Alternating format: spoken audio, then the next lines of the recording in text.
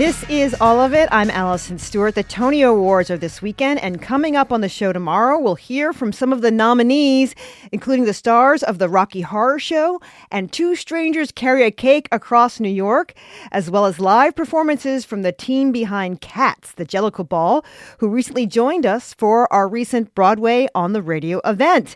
Tickets are available for our next Broadway on the Radio series. We are welcoming the cast of The Outsiders. It's all happening next Thursday, June 11th at noon. The stars of the Tony winner for Best Musical will be right here in the WNYC Green Space, performing live. This is a free event. Why is this a free event? Well, it's a special edition of our series. It's co-presented with the Mayor's Office of Media and Entertainment for New York Music Month as part of their Radio City lineup. So, thanks to them. Please note, it is a first come, first serve. RSVP does not guarantee entry, so go to WNYC/events to register. That's happening in just a week. Now let's get this hour started with Gawker.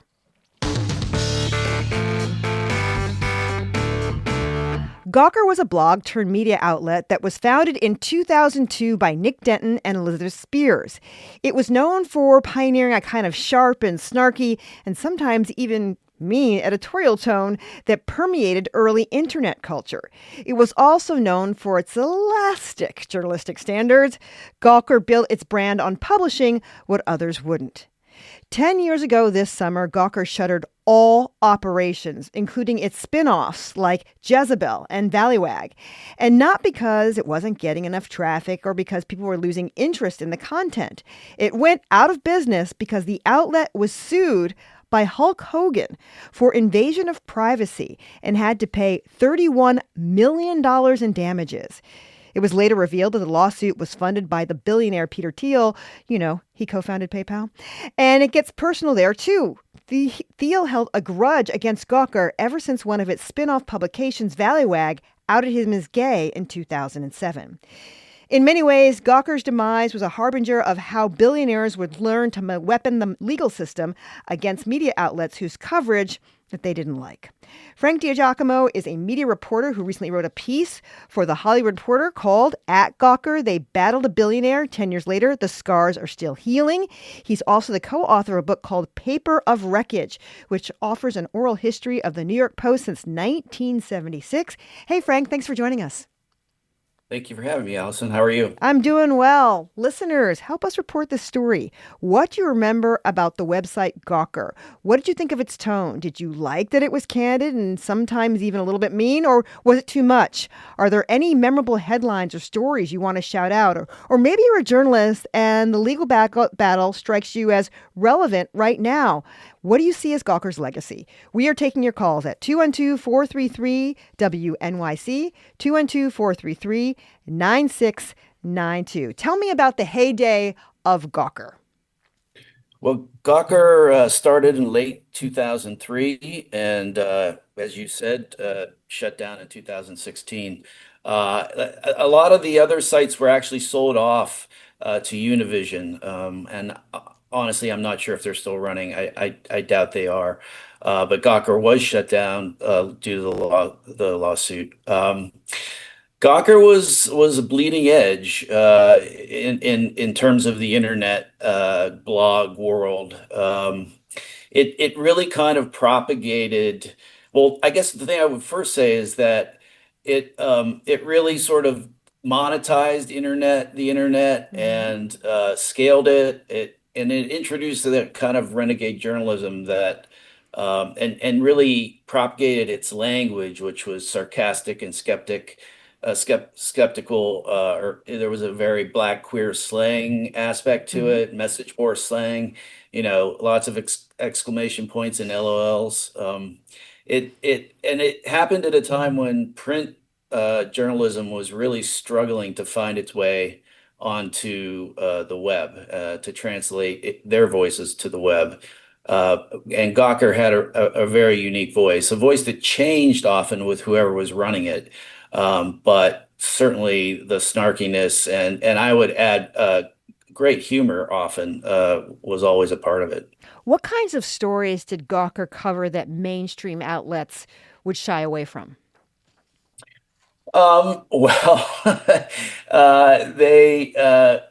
one of there was definitely legitimate news happening that they were uncovering. One thing they did was they were the first media outlet to publish Jeffrey Epstein's Little Black Book, as well as the flight logs of passengers on his private plane. They did that in 2015. Mm. Um, uh, Something that the mainstream media wouldn't really touch, but certainly knew about was Gawker published a video, of Tom Cruise sort of recruiting for Scientology, in which he declared that Scientologists are, quote, the authorities on the mind, and, quote, we are the way to happiness, which I think was paraphrased now on The Mandalorian. It is the way. This is the way. Uh, the other stuff it is done. I mean, some of the more questionable stuff was a video of a woman having sex in a bathroom stall in an Indiana sports bar. The woman begged to have the piece taken down. And at first, Gawker ignored those pleas, but eventually did take it down, because, as the editor who took it down said, that there was a possibility that it could have actually been a rape. Mm. It's interesting. This brings us into our next subject: why they were sued. One person on staff said that he would never have bet that a suit brought by Hulk Hogan over a sex tape would have brought Gawker down. Could you tell us a little bit about what the lawsuit was about and how they arrived at a decision around privacy?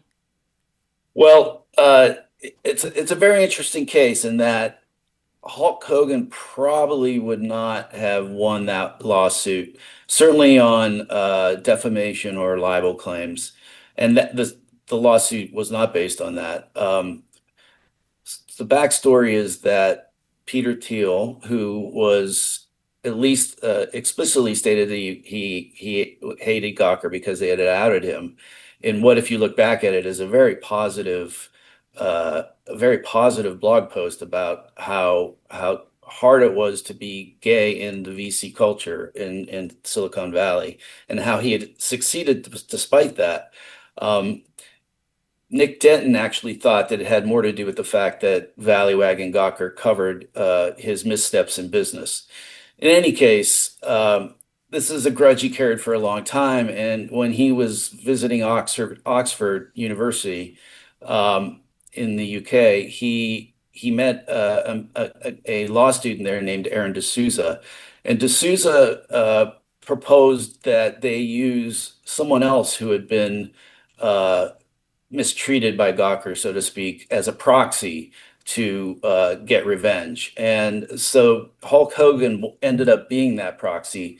And behind the scenes, Peter Thiel spent approximately $10 million to fund his lawsuit, which was an invasion of privacy lawsuit, not a defamation or libel lawsuit, to win what ended up being, you were right, it was a $31 million settlement, but the initial damages were $130 million. Wow. Actually, I think 140 million. So that's sort of the TikTok of how that unfolded. I want to play a short clip of Peter Thiel talking about his involvement in this lawsuit. Here he is speaking at the National Press Club. Sort of around 2011, one of my friends convinced me that if Gawker could get away with this sort of sociopathic repeat behavior over and over, it was this tragedy of the commons. Nobody would ever, they would continue to ruin lives one after another. And there were many people that did things to far worse than me. And so, I was convinced that if I didn't do something, nobody would. Based on your reporting, what do you make of Thiel's argument? Well, look, I think it's a free country. He had the right to do what he did. I think that what he did unleash, though, is the beginning of this chilling effect on media that showed anyone with a great deal of money, and there are more and more of those people in the world now, can essentially uh, uh, sort of hamper, at the very least hamper, in some cases prevent the truth from getting out. Now you may say, well, does outing something, is that necessary? And I agree with that. Like that's a judgment call, it's a taste call. But I think what we're seeing today is, you've seen CBS pay $36 million because pay $36 million to the Trump administration and his foundation because of the an editing decision made for a 60 Minutes interview with Kamala Harris. We've seen ABC pay $15 million to settle a defamation lawsuit lodged by Trump after George Stephanopoulos incorrectly said in an interview that Trump had been found liable for rape, when in fact he was liable for sexual abuse. Now, defamation and libel cases, you have to prove intent. I'm not a judge, but I would say that that was a mistake, certainly not made with intent. And then, we've also got now the FCC ordering early renewal applications for Disney's 8 broadcast stations because Jimmy Kimmel has angered the Trump administration for a joke he made about Melania. Yeah, a lot of people said the decision, the Hulk Hogan decision, it foreshadowed a political shift. How can we understand how that suit, as part of a backdrop to Trump's rise? Well, Trump's mentor was Roy Cohn, and Roy Cohn's philosophy was attack, attack, attack. And Roy Cohn was a man of many lawsuits. He filed a lot of lawsuits, a lot of them that held no water.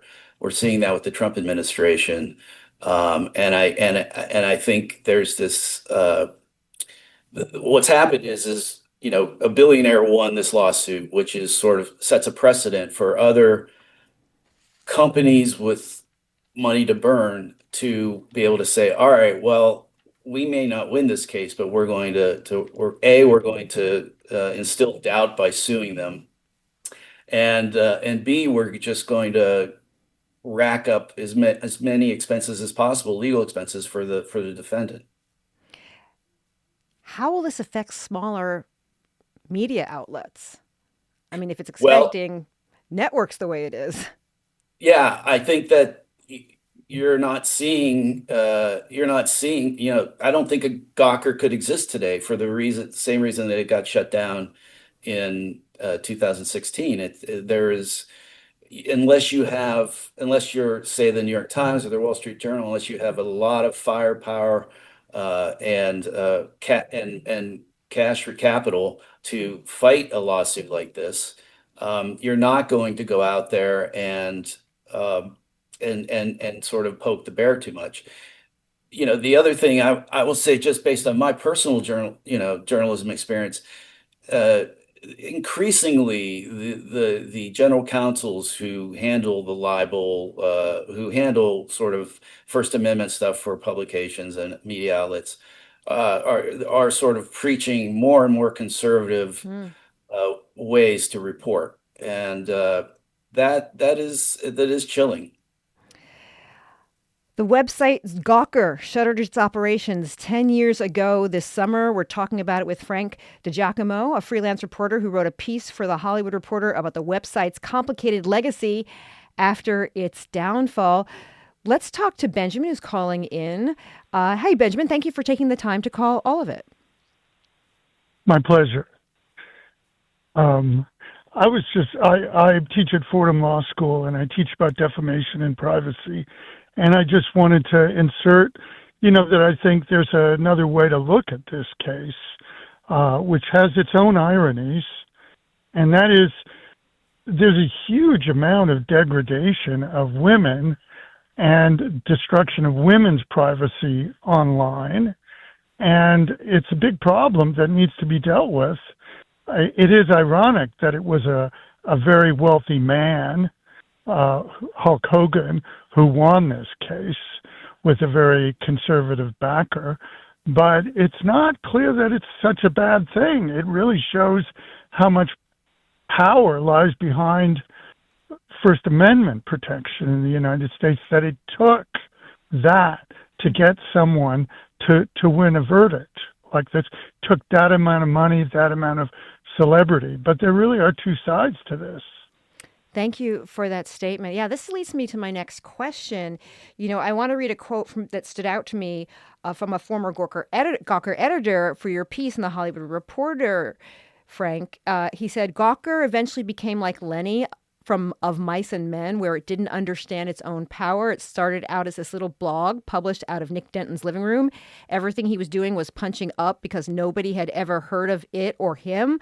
By the time I got there, it was a powerful entity that could rattle and affect lives. But people continued to write as if they were still in a living room when they should have started thinking, this story's true, but is it a story that we should be sharing? When you were talking to the people who worked at Gawker, did you sense any regret about their editorial judgment? Yeah, I mean, as Cord Jefferson, who that's his quote, as he also said, it became an increasingly morally queasy place to work, with very high highs and low lows. On the minor end, they had a big board which posted the traffic of various stories, and people who had the most traffic would get bonuses on a monthly basis. And Cord talked about how he might work on a piece for a week or more that was a thought piece and with a lot of research, and he'd put it up and it would get trounced by a cat video. So you've got that. But also, increasingly, I think a prime example of this is when Gawker essentially reported that an executive at Condé Nast, who was married to a woman, had hired a male porn star for an escort, as an escort, during a business trip. And the question there is this person public enough to have done that about him? And they did end up taking that down. The Gawker editor that put it up, and a number of the other staffers another person who was involved in that, quit in protest, because they said it was the first time that Gawker's marketing and sales department had been involved in making such a decision. So as I would say that you do, as your power grows, you do have to sort of make those calls, like those judgment calls, and Gawker didn't do that. I think Nick Denton wanted to do it more, but he kept a mostly hands-off approach to his staff. I mean, he even wrote that once his friendship with Brian Williams, the former NBC anchor, ended because he forwarded a private email to the editors and they published it. So you do get that. You do need to instill that judgment, and especially when I can speak from personal experience, having worked at Page Six in the pre-digital era. You come into a place like Gawker young. You have no filter. You're very idealistic. And so you're kind of like a baby rattlesnake. You're just injecting all the venom at once, and you learn as you gain some life experience that that is not always a good thing. How did the folks that you talked to, how did they feel about their time at Gawker?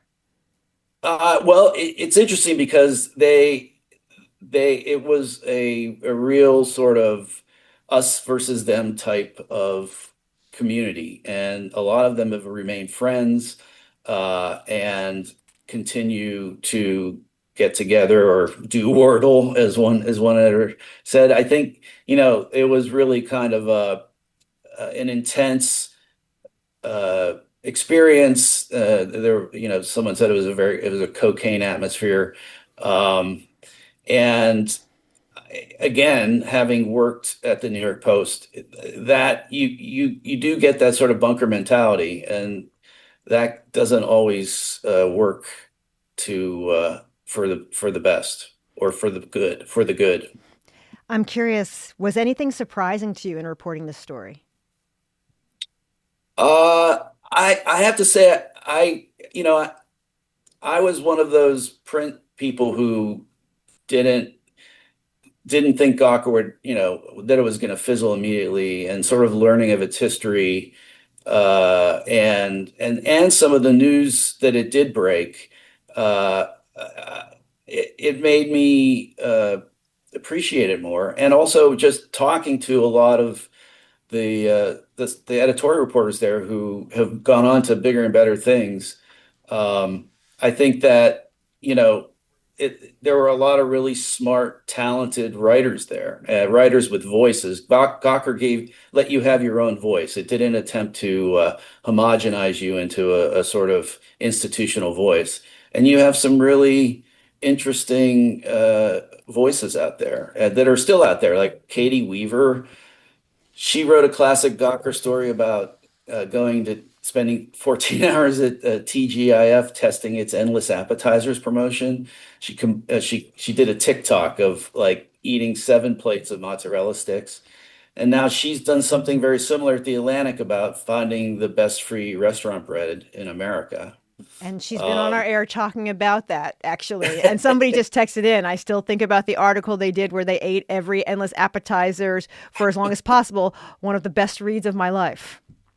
Right. And Emma Carmichael, she's writing an oral history of the WNBA, but she and Cord Jefferson and Max Reed and Leah Beckman, I reported this in the story. They had actually sold a piece to a series to Apple TV that was going to be a sort of dramedy based on Gawker called Scraper.